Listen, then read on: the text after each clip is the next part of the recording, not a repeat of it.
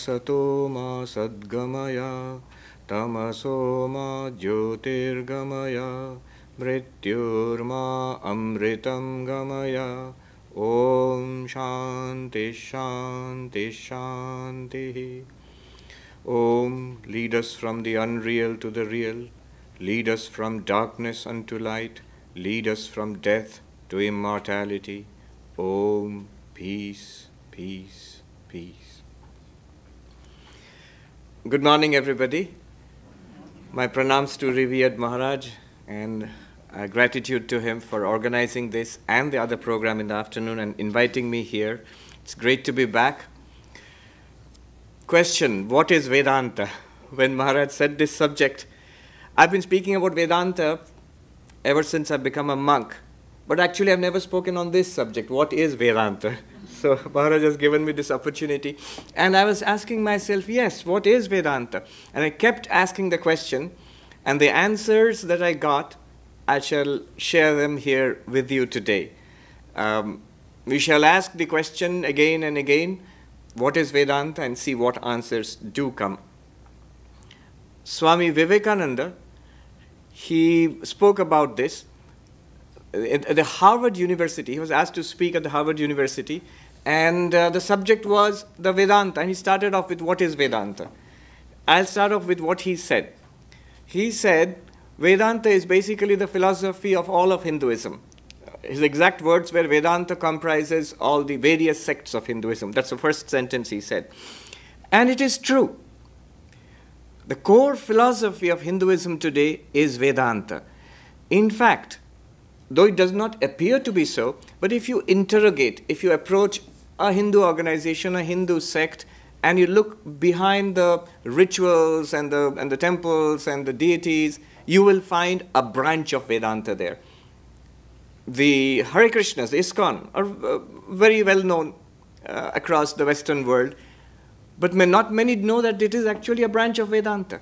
The core philosophy of the Gaudiya Vaishnavas, from whom the ISKCON has come, is Achintya Bheda Bheda, a particular philosophy, a school of Vedanta. There are some grand temples coming up across the world today. Another sect of Hinduism, the Swami sect. In USA also, you have a number of these temples. And yet, not many people know that that is also a school of Vedanta. In fact, the Swaminarayan sect was originally a branch of Vishishtadvaita, Ramanuja's school of Vedanta. Now, of course, they have developed their own unique school of Vedanta, but still a school of Vedanta. And look at us, the Vedanta societies. We are also a particular school of Vedanta. At our core is the Advaita Vedanta, of course, in the way it is studied in the light of Sri Ramakrishna's life and teachings. So, Vedanta is at the heart of Hinduism. In fact, the various schools of orthodox Hindu philosophy, Nyaya, Vaisheshika, Sankhya, Yoga, Purva Mimamsa, and Vedanta. If you look at a chapter, if you look at a textbook on Indian philosophy, you will find several chapters, and one of which will be Vedanta. But that does not give an accurate picture of what's there on the ground. Because if you actually go to India, or if you actually ask Hindus, what is the background of your particular tradition of Hinduism, you will find some school of Vedanta or the other. The other schools of Hindu philosophy are at present more academic than practical. In fact, if you ask a scholar of the Nyaya school, I know a great philosopher, he's a scholar of the Nyaya, the Indian school of logic. But if you ask, are you in practice a Nyayika? He will say, no, I'm a Vaishnava. So he follows a particular school of Vedanta. On the ground, in India, actually in practice, you will find various schools of Vedanta. So that's the first answer that we get when you look at Hinduism. Vedanta is the core philosophy of Hinduism in its various schools, flavors, if you will. If you ask once again, what is Vedanta? The word itself, Veda, Anta. Veda are the core texts, the fundamental texts of Hinduism are the Vedas. And Anta literally means the end.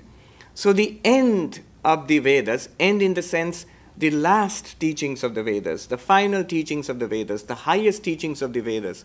That is Vedanta. Anta, technically, as Sanskrit scholars said, is not literally the end here. It means Siddhanta, the final conclusions of the Vedas. So that is Vedanta. Vedanta is the final, the highest teachings of the Vedas. The highest teachings of Hinduism that you will get is Vedanta. In fact, the Nyaya scholar whom I mentioned, Professor Arindam Chakravarti, he is now at Stony Brook near New York. He gave a talk recently at the Vedanta Society of New York. And he gave a new meaning. I'd never considered this. He gave a new meaning to the word Vedanta. Anta, he says, is edge. And that's true. Anta is the edge of a razor, for example. And so Vedanta is the cutting edge of knowledge. Not an ancient philosophy, but the cutting edge of knowledge. Veda literally means knowledge. Vid means to know. And so Vedanta can be a new translation. I hadn't considered this. So Vedanta, and it's appropriate. It's the cutting edge of knowledge. Let's ask once again, what is Vedanta? What knowledge? Not all knowledge. What knowledge? There is a text which has been used for the past 600 years or so to introduce novices to Vedanta, the study of classical Advaita Vedanta. It's called Vedanta Sara. Revered Maharaj was telling me how, when he was a novice, he studied the Vedanta Sara in our training center in our main monastery in India. And I studied it too. One of our teachers, and you won't believe this, when Maharaj was saying 1894, and I said, I'm not that ancient, but there are teachers who are really ancient. One of the teachers from whom I learned a lot was also Maharaj's teacher. And that teacher is still alive. He's about 105 or 6 years old now. So, Vedanta Sara, he has translated that book. And there, the first lesson we learned about Vedanta, what is the definition of Vedanta? We were required to memorize it. And the definition is this. Vedanta Nama Upanishad Pramanam. It is in the Vedanta Sara, that textbook. What is Vedanta? It is the source of spiritual knowledge called the Upanishads. So Vedanta is basically, the most accurate technical definition of Vedanta would be the texts called the Upanishads. The knowledge you get from the texts called the Upanishads is Vedanta. In a secondary sense, the texts themselves are called Vedanta. So in a primary sense, the spiritual knowledge that we get from the Upanishads is Vedanta. In a secondary sense, the texts themselves, Vedanta, Upanishad Pramanam. Not just the Upanishads, but more popularly, all over the world, if there is one text that is associated with Hinduism, it is the Bhagavad Gita. And Sri Krishna teaches Arjuna there, and many people do not know. What he teaches there is the Upanishads. If you have studied the Upanishads, sometimes you will find almost the exact verse, almost word for word, Krishna repeats to Arjuna.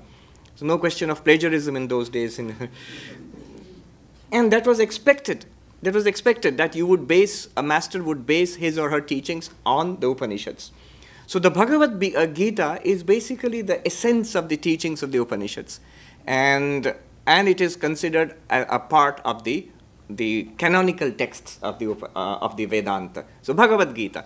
And there is one more text, not a popular text, in fact quite the contrary, called the Brahma Sutras, composed by Vyasa.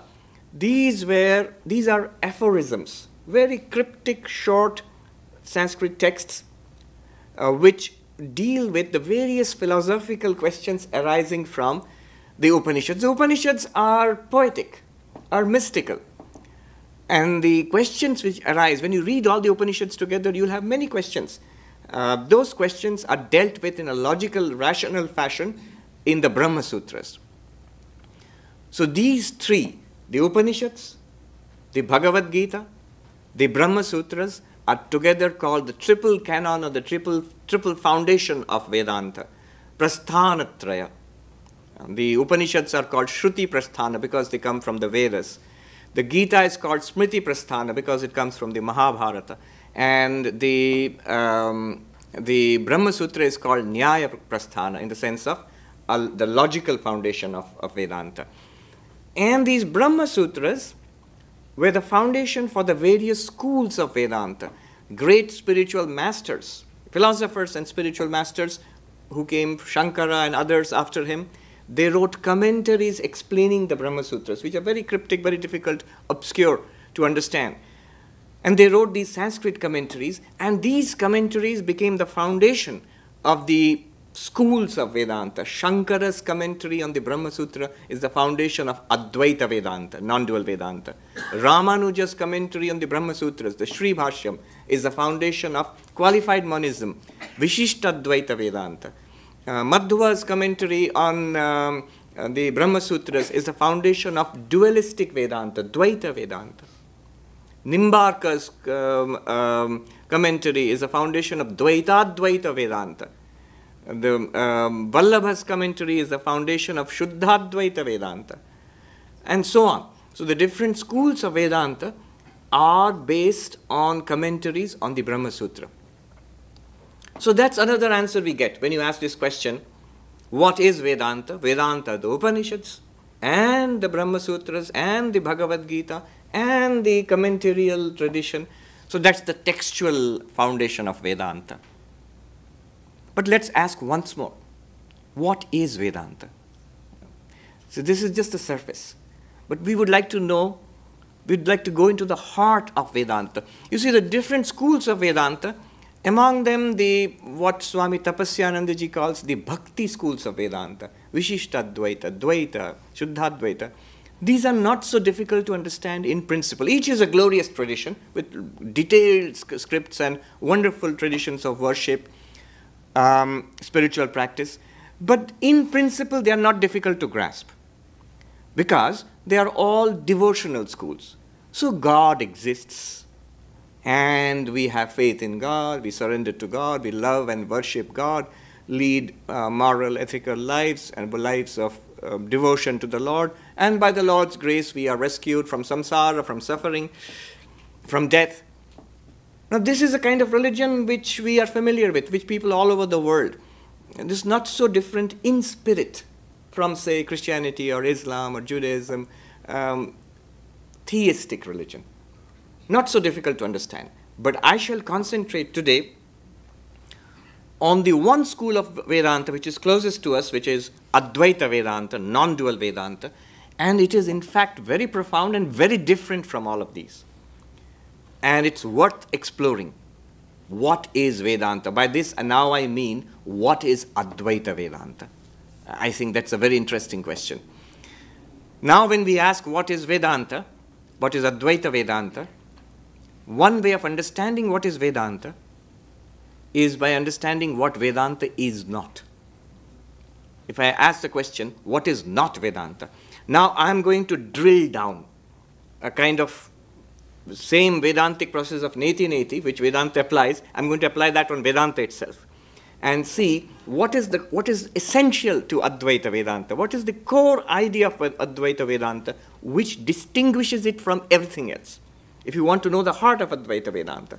Now I'm going to say a lot of things right now which might be a little shocking and disturbing. I will say Vedanta is not this, not that, neti-neti.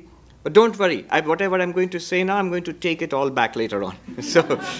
But first, we must drill down deeper. What is Vedanta? The spiritual journey of Vedanta, it's not a journey in space.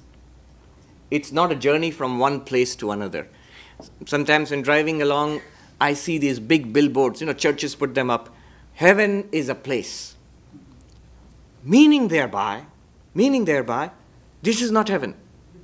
That is heaven. So it's another place. Vedanta doesn't talk about the Brahman of Vedanta. It's not that it's not here and it's there. No, it's not a journey from here to there. That's not Vedanta. Sometimes I see a billboard. After death, you will see God. Rather ominous, Get your act together right now. After death, you will see God. Now notice the word, the language, after. It's a time word, future. So not now, you will not see God now, but after something you will see God. After death, you will see God. A kind of post-mortem spirituality. Now, that's all very good, but that's not Vedanta. That's not Vedanta. It's not then. It's not there. It's not then. It's here and now. What Vedanta speaks about is not cut up by space. In Sanskrit, they say desha paricheda.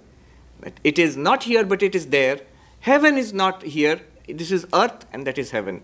That's cut up in space. But Vedanta speaks about a reality which is both here and there. In fact, space itself is included in the conception of the absolute. It's both now and then. When you say after death, you will see God. Or after the Savior comes, you will go to heaven. Look at the word after. Even in yoga, you see after samadhi, you will see God. After. Vedanta doesn't say that. So it's not a journey in time. You're not waiting for something to happen, death, or a mystic experience, or the coming of the Savior, or the coming of the millennium. Not after. It's right here, right now. It's not even a journey from one object to another. I am something and God is something else. Let me attain to that. People have this idea. Vedanta is talking about there is some Brahman, some absolute, in some infinite being, and I shall merge into it. Not even that. It's talking about you, your own reality. The Atman means the self itself. Who am I? What am I? Right here, right now. Not a journey in space, not a journey in time, not a journey from one reality to another, from one object to another, but right here, right now, who or what we are right now. That's what Vedanta talks about. So it's a journey, then what kind of spiritual journey is it? If it's not a journey in space or time or object. I'm trying to translate into English as best as I can. In Sanskrit, it's a very powerful philosophical language. So it just, whatever I've said is one phrase. Desha kala vastu paricheda shunya. Divide or beyond the limits of time, space, and object. So if that is so, then what kind of a journey is the spiritual journey? How does Vedanta understand the spiritual journey? If it's not in space, it's not in time, not from one thing to another. Vedanta understands the spiritual journey as a journey from ignorance to knowledge. From not knowing, not realizing, to knowing and realizing what I am, what this universe is, what is the point of all of this, to suddenly realizing it. So realization, knowledge, that is the spiritual journey in Vedanta. And this knowledge, let's ask once again, what is Vedanta? If you mean knowledge, and what kind of knowledge? What is Vedanta? In the same vein, let me continue. This Vedantic knowledge, what is it not? What is it not? I'm still saying what is it not? Is it being a good person? Again, it might make people uneasy, but don't worry, I'll make up to all this later on. Is it being a good person? If I am a very righteous person, I tell the truth and I take care of others, is this Vedanta? No, that is called dharma. In Indian traditions, there are very well demarcated areas. Dharma, what is to be done and what is not to be done. The area of morality and ethics. That is not the core of Vedanta. And that leads to, do I have a good, if one person is a dharmic person, good karma leads to a good life, a happy life, fulfilling life. If I am naughty, adharmic, then bad karma, and bad karma leads to unpleasant things happening in this life and the next. But that is not Vedanta. Is it devotion? Is it devotion? I love God, I worship God, I have faith in God. Is that what Vedanta, Advaita Vedanta, is that what Vedanta is about? No, that is bhakti. That is devotion, bhakti. The way of love, devotion. Oh, wonderful, but not Vedanta, not Advaita Vedanta. Is it karma, action? Shankaracharya, in his commentary on the Ishopanishad, he starts the commentary by saying, the first sentence of the Ishopanishad, Ishavasya mityadeyo mantra na karmasu viniyuktaha. These texts which I'm going to explain now, this Upanishad, has no connection to karma, to ritual. Why not? And then he goes on to explain, what can you do by karma? What can you do by action?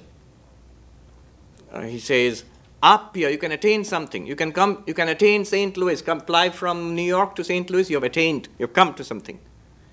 You can do that by action. You can take action and get something. Produce something. You can produce rice in a field. Utpadya. Second thing is utpadya. The third thing he says is samskarya. You can improve something, or you can repair. You can give a whitewash to a house. You can also do that by action. Vikarya. You can transform one thing to another. A seed can be transformed into a plant. So action can do these four things. Attain something, produce something, refine something, or change something.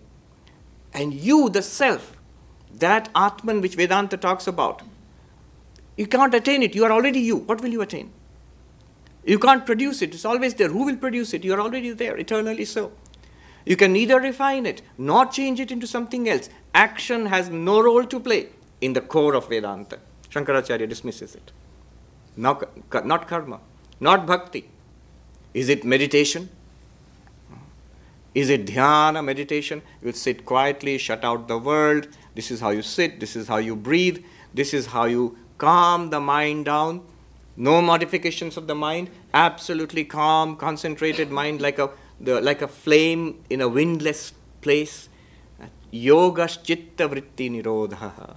Yoga is the cessation of the modifications of the mind. Vedanta? No. That is Patanjali Yoga. That's not Vedanta. You may say, Swami, didn't Totapuri teach? Great source of confusion. Totapuri did teach Nirvikalpa Samadhi to Sri Ramakrishna. And you think, oh, Nirvikalpa Samadhi and Advaita Vedanta are the same thing. No.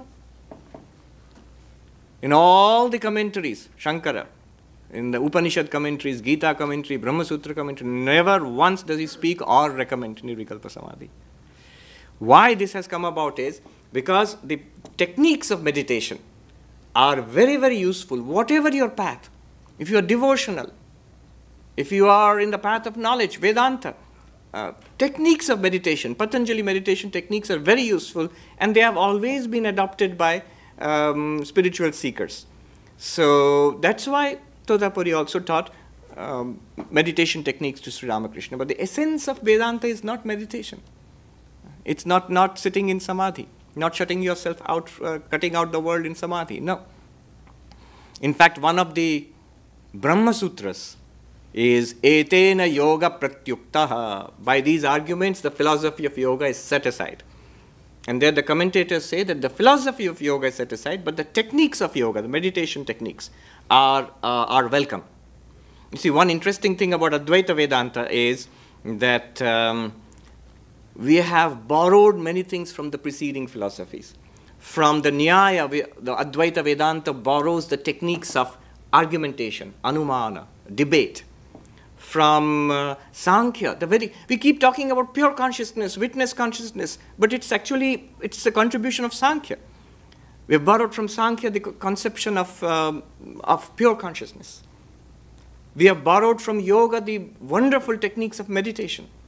We have borrowed from Purva Mimamsa school how to interpret the Upanishads. Upanishads are the fundamental texts of Vedanta, but the masters of textual interpretation, the modern term is hermeneutics, are the old school of Purva Mimamsa, Kumarila Bhatta and others. We have borrowed from them. And taking all of it together, putting it together, assembling it, we put stamp Vedanta on top of that. We put Brahman on top of it and say Vedanta. If you open the box of Vedanta and look inside, made in China. So we have to give credit. Like I think it's Newton who said, I stand on the shoulders of giants. So in the same sense, we have all these insights from the whole of the Indian spiritual tradition, but all of it is put together, and then the great insight of Vedanta. So not bhakti, not yoga, not karma, not dharma. Then what is Vedanta? Let's once again ask, what is Vedanta? Now we are getting warmer, closer to the question, but closer to the core answer. What is Vedanta? If we were to describe Vedanta in one sentence, and believe me, we can. As the Swami said, it's a vast, vast literature. It's an ancient tradition, 5,000 years back to the Upanishads. And yet you can describe Vedanta, Advaita Vedanta, in one sentence. And we all know it. Tattvamasi. The Mahavakyas, the great sentences. Great not in length, because Sanskrit you can have very long sentences indeed. I've seen sentences covering the entire page without a break. But short sentences, but great in terms of being profound. Arthato Mahan, in terms of profundity and a deep depth. That thou art, that meaning that which is worshipped as God, Saguna Brahman, the reality behind this universe. Thou meaning you, the individual. You and that are the same thing. It's a little difficult to express in English. In Sanskrit, the expressions are so powerful, very easy to express. What is meant by Vedanta? It says, in Sanskrit, you can very easily rattle it out, Panchakosha vilakshana atma, avasthatraya sakshi atma. You, the self, who are the witness of the three states of waking, dreaming, and deep sleep. You, the self, which is beyond the 5 sheets of the physical and the vital and the mental and the intellectual and the causal, the Anandamaya, the Panchakosha vilakshana atma. So that atma is meant by Tattvam Asi. Let's look a little deeper into this. It's really a very profound analysis. By the way, what I'm going to say now, it's a remarkable idea, but I don't take any credit for it. It's either in some old Sanskrit commentary or some monks I've heard who don't know English, but they have said this in Hindi. Tattvamasi, that thou art. That meaning, in a very simple way you can put it, that meaning God, the God of religion. Thou meaning the individual, Jiva. That is Ishwar or Saguna Brahman, that thou meaning you. Now that seems to be a very radical statement. Does it mean to say, I am God? No. No, not in that sense. What it means to say is, when we investigate these two polarities, I, the individual being, what am I when I investigate? There's a technical term for this. Tvam padartha shodhana. Again, going back to Vedanta Shar. The analysis, investigation into who am I or what am I. And an analysis into what is God. And then you come to a synthesis, seeing that what is the reality beyond God and beyond the individual. Here you see the big difference between Advaita Vedanta and all the other theistic schools of Vedanta. In fact, all the other theistic schools in different religions. Religions of the world in general and other devotional schools of Vedanta, they stop with 3 things. A triangle, God, individual, and the world. Jiva Jagat Ishvara. There is the world which you experience, and there is you. You are there, you experience a world with other people in it. And we have a faith, a belief in God. So you have a triangle set up. And religions end with that, the theistic religions.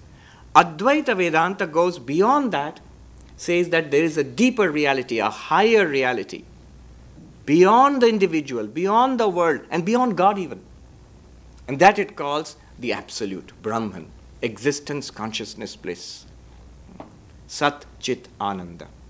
And it says, your reality is that Sat Chit Ananda. And if you would realize that, you would realize Brahma Satyam, that alone is real. And what about the world? Jagat Mithya, the world is an appearance. And what about me? Am I an appearance or a reality? Don't worry, you are real. But you are real as the absolute. Jiva Brahmaiva Napara. So it reduces the entirety of experience to one absolute reality. And it insists this can be understood, realized, within quotes, experienced. I'm being careful for those who are technically nitpickers, So, and that is the purpose of spirituality, to realize yourself as that Brahman, Aham Brahmasmi. The teacher teaches you that thou art, Tattvamasi. And the student shouldn't say that thou art, then there will be an endless go back and forth between the teacher and the student. The teacher says that thou art, and the student should realize, I am that. Aham Brahmasmi, I am Brahman. Let us stay with this statement a little longer. Very interesting. It gives you a deep insight into what is Vedanta.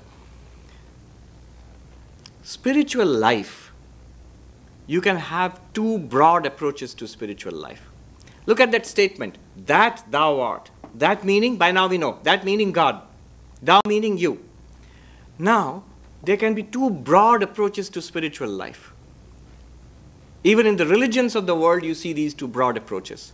One is a that-centered approach to religion and spiritual life, God-centered. And another one is a thou, the inquiry into the self. A set of religions and another approach to spiritual life can be, who am I? Search for God, that's one way of spiritual life. And what am I? Who am I? That's another approach to spiritual life. And one can see why this should be so. After all, look at the structure of our experience. Any experience any one of us ever has had is always subject and object. I experiencing this universe. I am experiencing that. If you ask the question, what is the reality about yourself, about myself? That is the inquiry into thou, into the individual. If you ask the question, what is the reality about this universe? That's the inquiry into what religions call God. So there are these two broad approaches. Now think about it. Apply it to the religions of the world. Christianity. What is it about? It is about the Father in heaven, about God. Islam, it's about God. Judaism, it's about God. In fact, all the Abrahamic religions are God-centered, theistic religions. And that's why one problem in the West has been, because this is the only kind of religion that the West has been used to, they find it very confusing. Here people find something like Buddhism very confusing. How can you have a religion without God? Whereas in India, it's no problem at all. For thousands of years, Buddhism has been there for 2,500 years, Jainism even before that. Buddhism, Jainism, even some of the schools of Hinduism, Sankhya. Even in yoga, though God is there, God is secondary. So these are religions or spiritual approaches which are not about God. In Buddhism, there's no talk about God. It's openly agnostic. In Jainism, there's no talk about God. But they are religions, just like any other. So there are religions which are God-centered. In Hinduism also, there are so many religions or so many ways which are God-centered. Sri Ramakrishna is devotee of Kali, the Shakta approach. Worship of God as the Divine Mother. Worship of God as Vishnu. Worship of God as Shiva. These are all God-centered approaches. That, tat, that-centered. Keep this in mind. That thou art. So there are these religions which are God-centered. And there are religions which, I won't say self-centered, that sounds bad. I'll say there are religions which are self-inquiry based on self-inquiry into what am I. Buddhism, Sankhya, Yoga. Though yoga mentions Ishvara, but only as an aid, as a help to realizing oneself as the Purusha. So yoga, Jainism. So these are schools or religions which are based on self-inquiry. Not so much. They either ignore the question of God altogether, or in some of the schools are openly atheistic. There's no God. But they're all based on inward inquiry.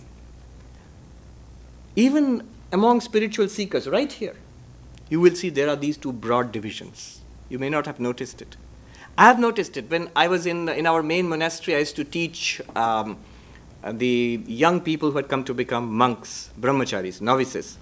And I would ask them, why did you become a monk? What are you looking for? And I would get broadly these two kinds of answers. One group would say, I'm searching for God. I'm looking for God realization. That appeals to me.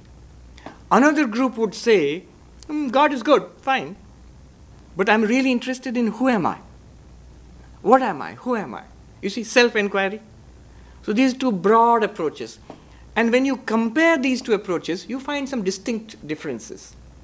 The God-centered religions and the God-centered mentality is likely to be devotional, worship-oriented, likely to be dualistic, likely to be temple, church, mosque-oriented, likely to be ritualistic, likely to be, in a broad sense, ritualistic.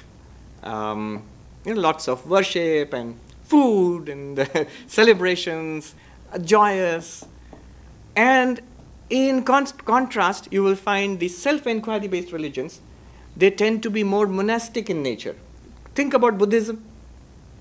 They tend to be more of an inquiry, meditative, rather than devotional. They tend to be a little more intellectual, inquiry-based. They tend to be more meditation hall-oriented rather than temple-oriented. Think of a Buddhist or a Jaina center, right? Both of these have their advantages and disadvantages. Bear with me. It is leading somewhere. We are still with the question, what is Vedanta? But you'll see where it is leading. Both of these approaches have their advantages and disadvantages. The God-centered approach and the self-inquiry based. The Tat, that-centered approach, and the thou-centered approach. What are the advantages and disadvantages? The great, great disadvantage of a God-centered approach, especially in today's world, is that the God-centered approach starts with and proceeds with for a long, long time on faith, belief. If you start with questioning and skepticism, very difficult to follow the God-centered approach. If you say, how do I know God exists? Well, the book says so. I don't believe the book. The saints say so. They were deluded. Then it is very difficult to begin on that path. The God-centered approach, the existence of God, is open to doubt. That's why in all the God-centered approaches, you will find a great deal of effort is put forward into proving the existence of God. In Christianity, you will find, many of you may not be aware, there are actually proofs of the existence of God. There are. If you Google it now, you will find it. In Christianity, St. Thomas Aquinas, he talks about the 5 ways, the 5 proofs of the existence of God. In fact, recently I think Rebecca Goldstein wrote 36 proofs of the existence of God. I bought the book thinking there will be 36 proofs. No, it's a novel actually. It's nothing to do with the existence of So he talks about 5 proofs of the existence of God. And I can see people looking interested. Wow, proofs of the existence of God. Don't get too excited. If you actually look at the proofs, you will find, if you believe in God, well and good, you will say, yeah, that's nice. If you don't believe in God, you won't be convinced by those proofs. In fact, one of the leading philosophers, I forget his name, I think Kenneth Appiah or somebody, he was training to become a priest. And in his studies, he came across the proof. He training to become a priest and came across the proofs of the existence of God. After reading the proofs of existence of God, he decided not to become a priest. He became a philosopher instead. That he said, after reading the proofs, I cannot believe in the existence of God anymore. Not that I disbelieve, but I don't think these are conclusive proofs. In Hinduism, the great Nyaya philosophers, they developed several proofs of the existence of God. Udayanacharya, who was after Shankaracharya, he developed 9 proofs of the existence of God. Again, all rather underwhelming. So, why did they do this? In the Hindu context, it was the attacks of the Buddhists. So the Buddhists mounted a challenge, the 2-fold challenge. Where is this God you speak about? And also, where is this eternal soul you speak about? So an attack on the Hindu conception of Atma, an attack on the Hindu conception of God, Ishvara. And the Nyaya philosophers, they defended the Hindu ideas of God and Atma, Ishvara and Atma. So my point here is, notice how much effort is put forth in trying to convince others and yourself God exists. In contrast, nowhere you will find any effort put forward to prove that I exist. Nobody really doubts his or her own existence. Nobody. If you doubt, then who is the one doubting? That one exists. So I do exist. Even Descartes, who started with this project of doubt, that whatever I can doubt, I will dismiss. The great project, René Descartes. But where did he stop? I exist, because surely I am thinking that is this real or not. If I'm thinking this I cannot doubt, then I exist. I exist because I think, therefore I exist. The cogito ergo sum, the famous conclusion. So Descartes ends with the one indubitable fact that I exist. In all the, I can't resist this, a silly joke. I saw a cartoon once, Descartes sitting for a cup of coffee in a Parisian cafe, and the girl comes up and asks, Monsieur Descartes, another cup of coffee? And he thinks and he says, I think not, and immediately disappears. I think, therefore I exist, so I think not. Yesterday, while coming down for dinner, I heard some of the devotees, somebody was asking, how many Vedantins does it take to ring the bell? It's a variation on the joke, how many XYZ it takes to change the light bulb. Have you heard of those, a series of jokes? So somebody asked, how many Descartians does it take to change the light bulb? And he says, none, because the moment the light went out, they were so shocked, they stopped thinking, and they all disappeared. Vedanta would change that. Instead of saying, I think, therefore I exist, it would say, I exist, therefore I think. You know, there's a subtle point there. Even when we are not thinking, in deep sleep, when the unconscious, or they were knocked out in coma, not thinking, or in deep meditation, even that's an experience. It's not an absence of experience, it's an experience of absence. If it's an experience of absence, to whom is the experience happening? You are still there. You are the witness of all your thoughts. And you are the witness of the absence of your thoughts too. So even when you're not thinking, that not thinking is also is lit up by your presence. So anyway, in the Tao-centered approaches, there is no doubt that I exist. But the problem is, there's a problem. The advantage of the Tao-centered approach is that there's no doubt that I exist. But the problem is this. I exist, but my existence is a miserable existence. I have so many problems. I have old age, death, relationship problems, parking problems, and all sorts of problems. So what if I exist? That is the problem, isn't it? So now, whereas God's existence, though doubtful, if God exists, God is wonderful, omnipotent, omniscient, omnipresent, doesn't even need to park. So, extraordinary, God has no problems at all, wonderful, glorious existence, but doubtful existence, if God exists. Whereas in our case, no doubt we exist. There's no doubt at all. Nobody has ever seriously doubted our own existence. Even the Buddhist who says there is no permanent eternal soul does not doubt that there is a continuing series of consciousness flashes. So that's what the Buddhist says. So our existence is undoubted, but a miserable existence. Problematic existence. Unproblematic, doubtful existence. Problematic, undoubted, certain existence. That centered approach. Think about all the religions of the world. They are infected with that problem, doubt. In today's world, how will you stand up against Richard Dawkins, Christopher Hitchens? He's passed away, bless his memory. But Sam Harris, Daniel Dennett, the new militant atheists. Yeah? How will you stand up against them if you take a theistic approach? Whereas the other one, undoubtedly I do exist, but so many problems. Now, if you have noticed, I haven't brought Vedanta in it at all. Now I'm going to say, why did I say all of this? What does Vedanta do? That thou art. What it does is, it brings these two together.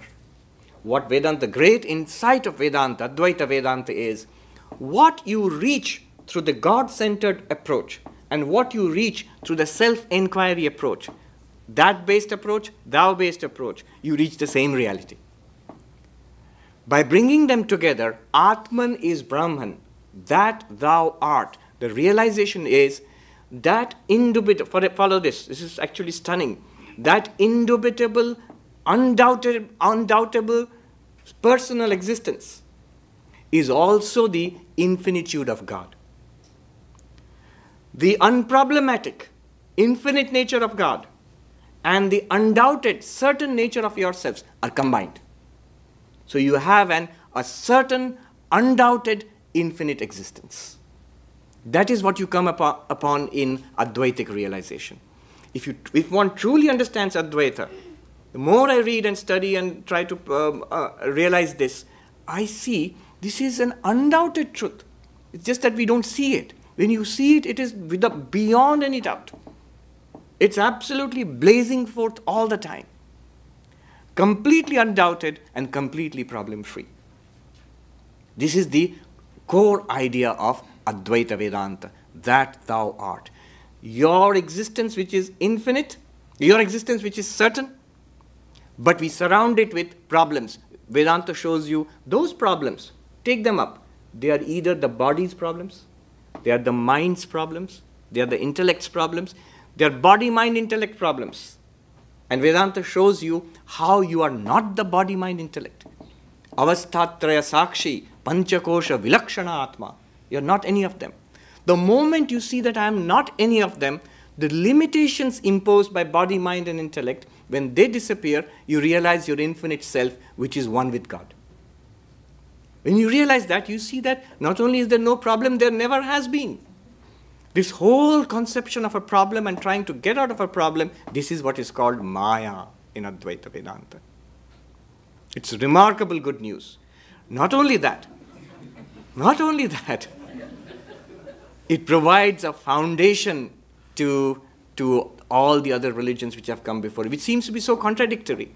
But this Vedanta, it does not deny the other religions, the other approaches. It gives you the rationale for them. What is actually happening in those? You begin to realize. From a Vedantic perspective, you can say, great when somebody comes and talks about Christ or Krishna. And you can say, great when somebody comes and talks about mindfulness and the impermanence of the empirical self. You can say, great, I know what you're talking about. Both work very well. I've got time for asking what is Vedanta one more time. What is Vedanta? Now let's ask this question one final time to Swami Vivekananda. We have narrowed it down, setting out many things, drilling deeper and deeper, come upon a core idea. Now let's back up and expand outwards. Swami Vivekananda says, practical Vedanta. He said Vedanta has first and foremost been practical, then only a philosophy. Because what we have been saying so far sounds awfully abstract. Vivekananda says, no. It has always been practical and then only a philosophy. Swami Vivekananda says, the way to realize this is definitely through the way of philosophical inquiry, but also through meditation, through love, through service, karma, bhakti, yoga, all of which we had left by the wayside. We take it back in now. By one or more or all of these and be free. Swami Vivekananda says, realize the divinity within by meditation, by knowledge. He clearly, in fact, uses the word philosophy. Philosophy has got a bad name, that it's some kind of intellectual thing. No. The original meaning of philosophy was Jnana Yoga, a philosophical inquiry into reality. Swami Vivekananda uses the word philosophy when he talks about Jnana Yoga by philosophy, by psychic control, by love, or by work, by one or more of all of these, the 4 yogas, and be free. That is the whole of religion. Books, temples, doctrines, churches are secondary details. And on this approach, actually in traditional Vedanta, whether Advaita or Vishishtadvaita or Dvaita, all of these yogas have actually been accepted. Shankara, he says, by knowledge, jnana deva kaivalyam, by knowledge alone one gets enlightenment. But karma is essential. It's the first step in spiritual life. Bhakti is essential. Shankara, in fact, says it's essential to have karma, upasana, then jnana. Ramanuja just reverses the order. Ramanuja says, yes, jnana, knowledge is important, but first karma, first action, then jnana, and then ultimately devotion is important. Devotion is what takes you to liberation. So all the old ancient masters included all the yogas. They didn't discard them. They included, but they put it in hierarchical order. And Swami Vivekananda sort of flattens the hierarchy and he says, any one of them, but recommended all of them together, and they will lead you to enlightenment. Swami Vivekananda says morality is based on this Vedanta. He says the essence, in fact, this is a good answer. What is Vedanta? Swami Vivekananda would say 2 things. The divinity within us and the oneness of existence. The divinity within us and the oneness of existence. Notice, that thou art. Can you put them together? When you inquire into the thou, into the individual, what do you come across? The divinity within us, not body, not mind, beyond body and mind. Chidananda Rupaha Shivoham Shivoham. I am the witness consciousness. I am Shiva. I am Shiva. That is the divinity within each one of us. But that divinity is not separate. It's not that there are 100 divinities sitting here. I know you're all divine, but it's one divinity. According to Advaita Vedanta, it's one divinity. Sankhya says we are all separate spirits. But Vedanta says that which is beyond body and mind right here is one. So, not only the divinity within each of us, but that divinity within each of us is one reality. That's what he means by the oneness of existence. That thou art, Swami Vivekananda puts it in this way: the oneness of all existence and the divinity within each of us. And this oneness of existence, Swami Vivekananda says, this is the surest foundation of morality. I have no time to give a lecture on the Advaitic foundations of morality. There's a fantastic article, Swami Bhajananandaji, he's written an article. He's a very senior monk of our order, a wonderful sadhu and a luminous mind. He has written this article, The Ontological Ethics of Swami Vivekananda, about 20-25 pages, where he surveys the entire field of morality and ethics, different theories from East and West, and shows the deficiencies of those theories, teleological, utilitarian theories, deontological theories, and so on.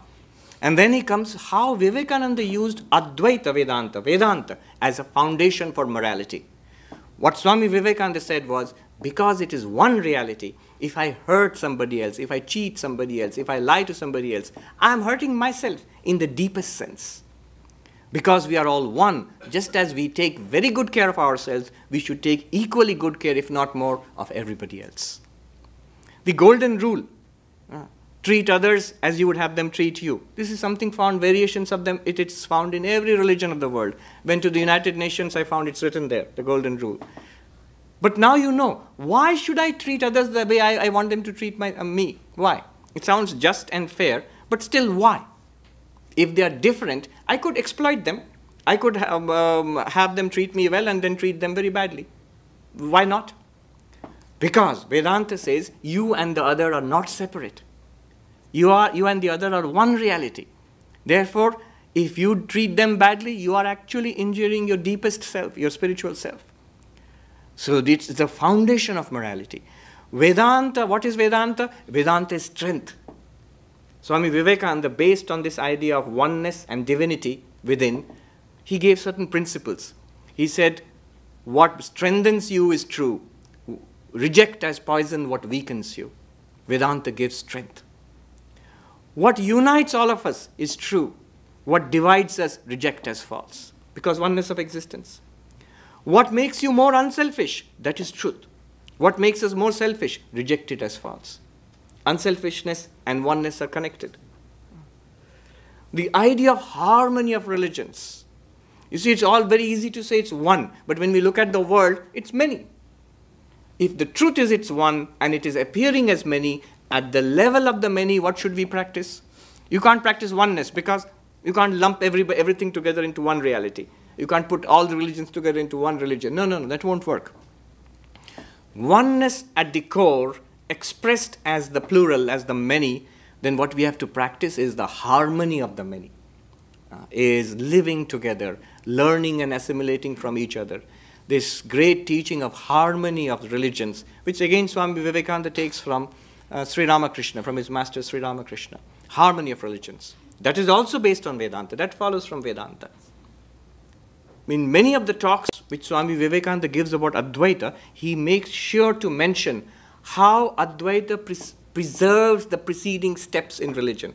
It does not discard, doesn't say that now I have a deeper understanding, now I have a better understanding, I am superior, that's so primitive, let it go. No. That has been useful for me and it will be useful for many who come later on. Not only that, it's not a question of truth and falsity. He said it's a question of moving from lower truth to higher truth. That is also true. So, harmony of religions, that follows directly from Vedanta. And finally, service. Service. The great teaching of his master, Shiva Jnane Jiva Seva. Serve all beings, all sentient beings, knowing them to be none other than God. Notice, knowing them. Shiva Jnane, knowing them to be none other than Shiva. He did not say, worshipping them to be none other than Shiva, believing them to be none other than Shiva, meditating upon them, not Shiva Dhyani, not meditating upon them to be none other than Shiva, which is all very good, you can do that. But literally it's a fact that Shiva alone is appearing in all these forms. And so what should be my attitude to Shiva? The only thing that can be there is worship. And what is worship in day-to-day life? Will you throw flowers and chant mantras? That might be nice once in a while, but not particularly useful. So worship in day-to-day life is the action that we perform, is whatever we can do for others. I remember Swami Ranganathananda, I'll close with this. He said, what is spirituality? When I close my eyes, I find peace within. When I open my eyes, my attitude is, what can I do for you? This is spirituality. See, the whole idea of that thou art, Tattvamasi, oneness of the universe and the divinity within, both are expressed here. Close my eyes, the divinity within, of course I find peace. Open my eyes, the same divinity outside, of course I want to serve. What is Vedanta? I counted, even if you haven't, we have asked it 7 times. What is Vedanta? In 20 seconds, I'll run through the 7 times. What is Vedanta? The core philosophy of all the sects of Hinduism. What is Vedanta? The end of the Vedas, the Siddhanta of the Vedas, even the cutting edge of knowledge. What is Vedanta? Upanishad Pramanam, the text called the Upanishads, Bhagavad Gita, Brahma Sutra, and all the schools that follow from it. What is Vedanta? What is it not? It's not a journey in space or time or object. It's a journey from ignorance to knowledge. What is Vedanta? What is it not? At its core, it's not karma or bhakti or dhyana. What is Vedanta then positively? 6th, it is that thou art, and all that followed from that. And finally, at its broadest and its most magnificent declaration in the world today, what is Vedanta? Swami Vivekananda's idea of the oneness of existence and the divinity within, expressed as practical Vedanta. Thank you very much. Thank you so much. Shanti, Shanti. Om Shanti, Shanti, Shanti. Hari Om Tat Sat. Shri Ram Krishna Arpanamastu. We are very grateful and thankful to Swami Sarvapriyananda for his wonderful, illuminating talk on what is Vedanta. He started from the, we call it Shukta to Payash, means from bitter squash curry to rice pudding. Many, which means he served the entire meal. There is nothing more to add. That is the way we express. When Swami Vivekananda returned to India in 1897, he was in Madras. He said, dualism of Madhva, non-dualism, qualified non-dualism of Ramanuja and non-dualism of Shankara, all 3 are the one, same. Then some people asked, no other teachers have ever said that kind of thing. Swamiji said, because it was waiting for me. Then he gave a beautiful example. You take the photograph of the sun in the morning. Every hour you take a photograph. Each photo will be different.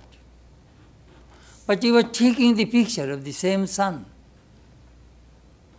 So the same truth, as he explained, that non-dual Brahman, has been viewed by different philosophers, different saints, from the different understandings. Sri Ramakrishna emphatically said again and again to his disciples, Ishwarer iti korte nei. Do not limit God. My God, your God. These are all foolish ideas. Infinite. The 3 words he used,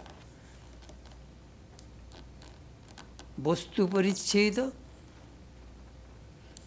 Kala Paricheda, mean thing which is limited by time, and Desha Paricheda, limited by space, and limited by object. We perceive this world these three ways: Vastu, object, time, and space. Swami Vivekananda made a sentence, beautiful sentence. When does the space begin? The moment you have a body. When does the time begin? The moment you think. And then, karya karana sambandha, cause and effect, cause and effect. In this every whole world is nothing but cause and effect, cause and effect, cause and effect.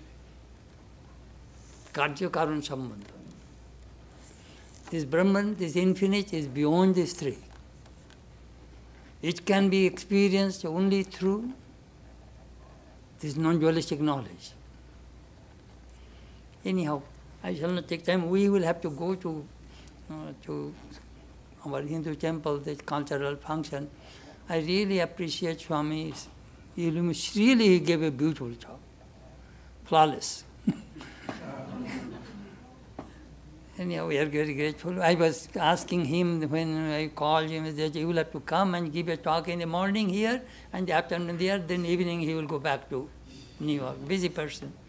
Anyhow, thank you everybody. Let me say a simple prayer.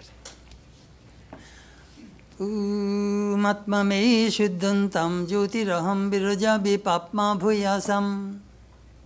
Antaratma me shuddhantam jyotiraham viraja vipapma bhuyasam.